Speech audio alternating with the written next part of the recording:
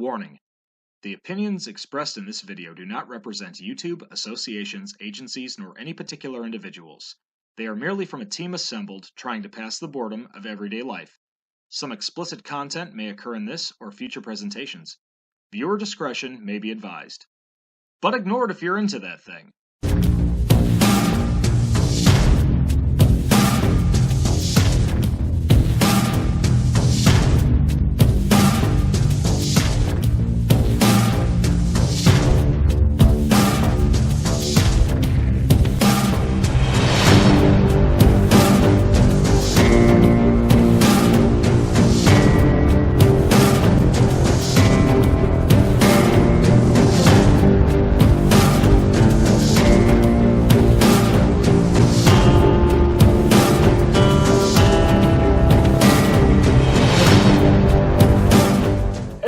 I'm Wildman Wes. And I'm your Big Bad Wolf Benny. And welcome to day 16 of the Wild Wolf Show SHOCKTOBERFEST. This one today, oh man, okay. So, you know how I've always talked about how I'm not a big fan of remakes or reboots? Today we're going to be talking about the recent Stephen King's It. Okay, I'll admit, I liked it. I did. There's some things I didn't like, but for the most part, I actually enjoyed it. So, ladies and gentlemen, I concede everything I've said about a lot of them. Well, most of them, no, screw that. Most of them suck. This one, not bad. This is the rare exception. So there better be some good promise for the remake of Pet Sematary. So, yeah. So we're just pretty much going to talk about the movie a little bit. For those of you who haven't seen the movie, there is the 1990 version with Tim Curry as Pennywise the Clown. It's basically the same movie, guys, just a little updated and a little bit better special effects. Yeah. But the original one takes place in the late 1950s, based off of Stephen King's book. This one takes place in the 80s. So quick synopsis. It's about a town that's tormented, or the kids are being pretty much picked off by a supernatural being, and the parents are kind of aware of the fact, but ignorance is bliss. Well, they're sort of aware and they're sort of not aware. That is the power of Pennywise. He makes them forget. So, tomato. You have to be really strong-willed to remember this stuff. However, there's a group of 7 kids known as the Losers Club that know exactly what's going on, and they're going to get to the bottom of it. They've seen it. Yes, they have. I finally got that. Yes. So, I mean, that's pretty much it, because most of you have probably seen the original one. I mean, most people our generations probably have. And everybody who's younger than us has probably seen the new one, because it was a big horror movie last year. So, yeah. So, we're just going to leave it at that. That's a pretty good synopsis. There's a creature that's eating kids. The kids try to fight back, and yeah, that's it. I like it. And that is it. That is, oh, God. It's going to be all episode. It is. That's it for it. So we're going to talk about what we like and what we don't like. Benny, I'll pass the buck off to you. Well, I've always been a big fan of Stephen King. In fact, Stephen King books are the only books that I can read multiple times and enjoy. Fair enough. So, I knew going into this one it was going to be good, and I was hoping it'd be a little bit stronger tied to the book, and for the most part it was. Obviously, there's a couple scenes they had to cut because... Well, we'll get into that in the bad part. But anyways, for the most part, I liked it. The casting of all the kids, I thought all the kids were really perfectly cast. Especially the kid who played, from Stranger Things. Can't think of his name. Oh, was he the one that played... Finn Wolfhound or something? Did he play Richie? Richie, yeah. Yeah, I mean, this kid had the best one-liners in the movie. He was shit. I mean, every time... He gave Seth Green a run for his money in the original. He really did. I mean... He was so funny in this movie. Not taking anything away from any of the other characters, but he was probably the standout actor in this movie. Like he was so funny. He had so many great one-liners.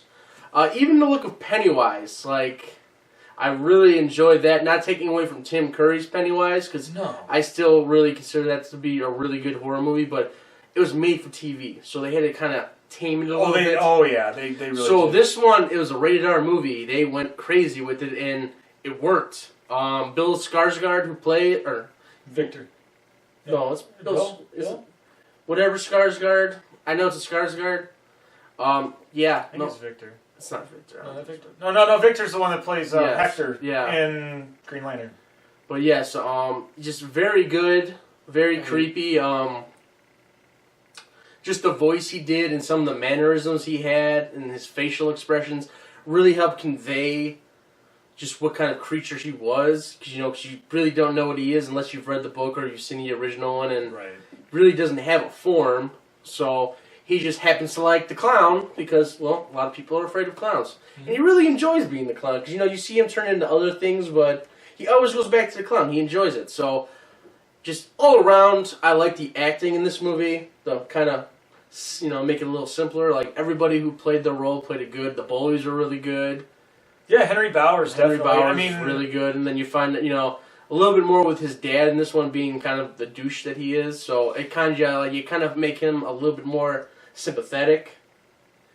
A little bit, not a lot. Because in the original one, you don't really see the father, but when Henry gets in trouble at school, he says, "My father will tan my hide." Yeah. But you just think of him as just kind of that greaser, bully. But in this way, now you find out, his dad's a cop, so he's got that authoritative power, and I mean, I get it. You've seen the movie, or you haven't, so see it now. But what did you like there, Wild Man? Well, as much as I love the original, which I do, because, even though made for TV, they were very precise with the era that they were in, with the 1950s. Oh, God. Or almost, almost early 60s.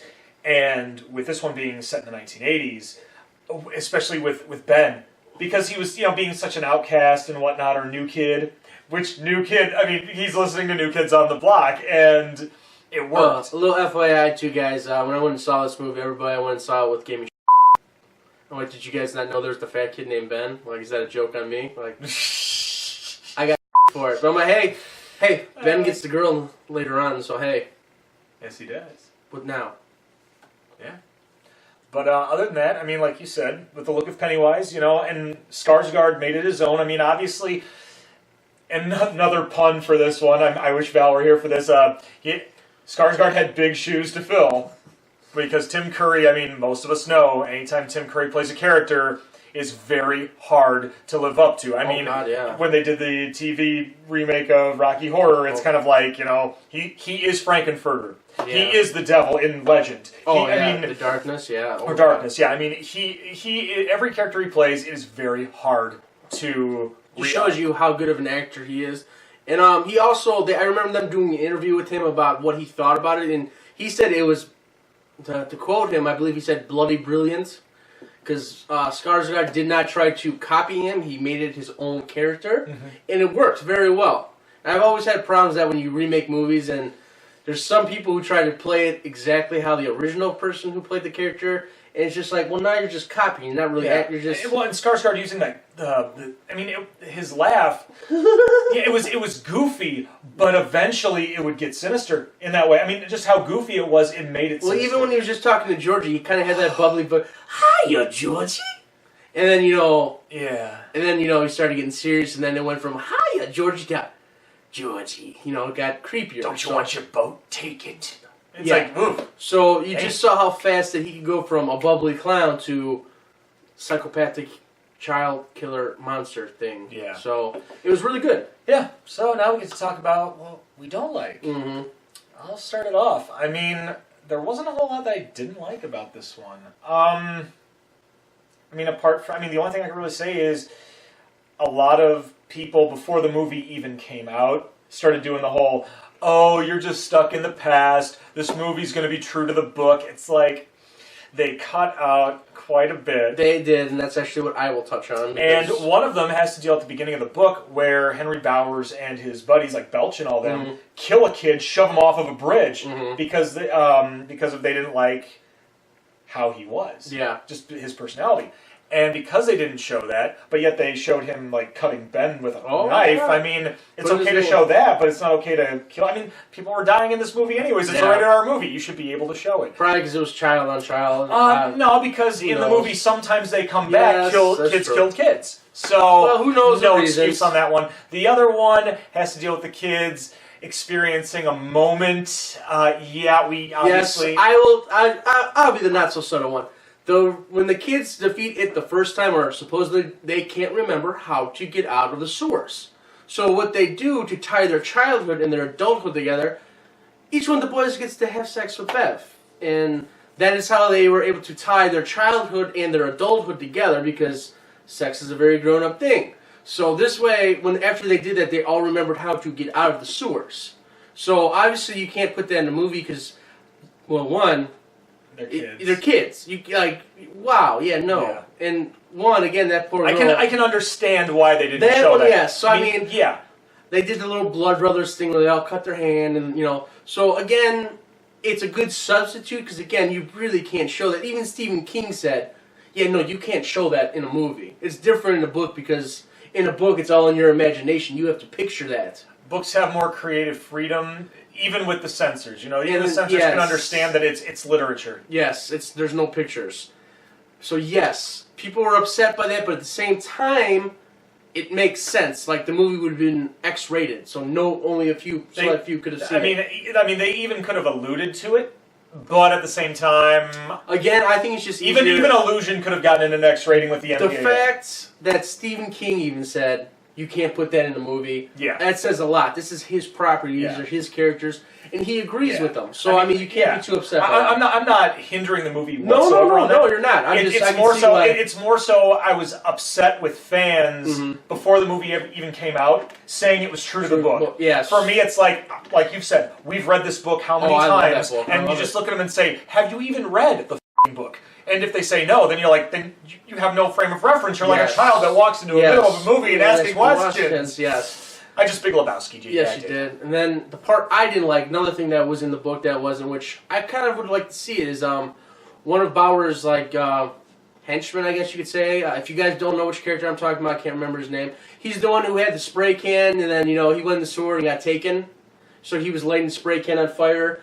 In the book, he kills animals and he puts them in the fridge in the book. And I don't think it was Belch. It wasn't Belch. No. It was, I can't remember the kid's name, and it's driving me crazy. But there's also a scene where he kind of, don't get mad at this, YouTube. He Henry Bauer, and Bowers kind of lets him do it and he likes it, and then he tried to do another thing and Bowers is like, "Oh no, you're sorry guys, but this is what happens in the book. I'm just telling you what happens in the book. Not condoning or, condemning." But, and then, so what this character does, he still dies, but in the book, all the creatures he was going to get rid of because he was worried Bowers was going to go tell, his father about it, where all the pets are going.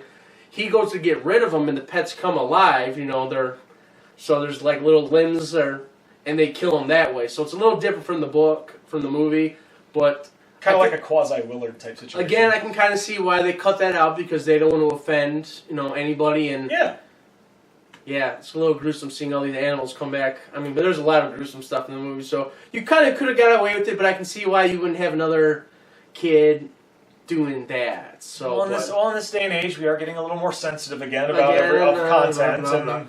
But again, alas, I can see why they kept it out. I'm not disagreeing with them. How he met his end was still good, so... Yeah. Well, there's nothing left to do but grade it. Benny. I wish I could give it an A+, but I'm going to give it an A, just because, again, when this movie first came out, many people, critics and stuff, like, "Oh, it's straight from the book." It's not straight from the book. We just covered why it's not straight from the book. Not taking anything away from the film, but if it's going to be a straight adaptation of the book, then you have to put those things in there. But otherwise, all in all, great movie. In fact, I went and saw this movie in theaters like 10+ times because I loved it. It's a great movie. I like all the characters and all that stuff. But when we heard about it, even there's critics who were saying it's based 100% on the book. Oh my God! Yeah. So I got my hopes way up because, like I said, I've read the book at least 5 times, probably more. But yeah. So that's my only downside, and it's a small, minute fact. So I mean, not taking anything away from the movie. Yeah, and I'm gonna go ahead and agree with you on this, making it unanimous. I'm gonna give it a solid A myself. I mean, I wanted to give it an A- because of the critics and the so-called fans hyping it up so much before they even knew all of the facts. But I will give it a solid A just because it took me so long to watch this film. I mean, literally over a year. I told this guy forever to go see it, watch it. And I finally said, well, originally we were going to do a side-by-side comparison, but we realized it would take too long. Yeah, so it's the same story. It's the same story. Just a different era. I mean, we could do an episode later on where we do how this scene was different from this scene at the same part of the movie. So that's a future episode, possibly, if you fans want to see it. That's why we have a comment section down below. Exactly. So let us know if you guys are interested in us doing a side-by-side comparison. Obviously, with only the first movie out right now, we can only do the first half of the original movie. We'll wait till part 2 comes out. We can wait till part 2 comes out too. But if you want to see it, let us know. Other than that, we hope you enjoyed this video. Make sure that you like, share, and comment what you liked about this video, what you didn't like about it, what you might want to see in future series on this channel, and as always, push the red button. Don't forget to ring that bell for instant notifications on every episode and every segment we put up on this channel. Other than that, I'm Wildman Wes. And I'm your Big Bad Wolf Benny. And we will see you tomorrow for day 17 of the Wild Wolf Show Shocktoberfest. Halfway there. Oh yeah, be ready. It's a good one.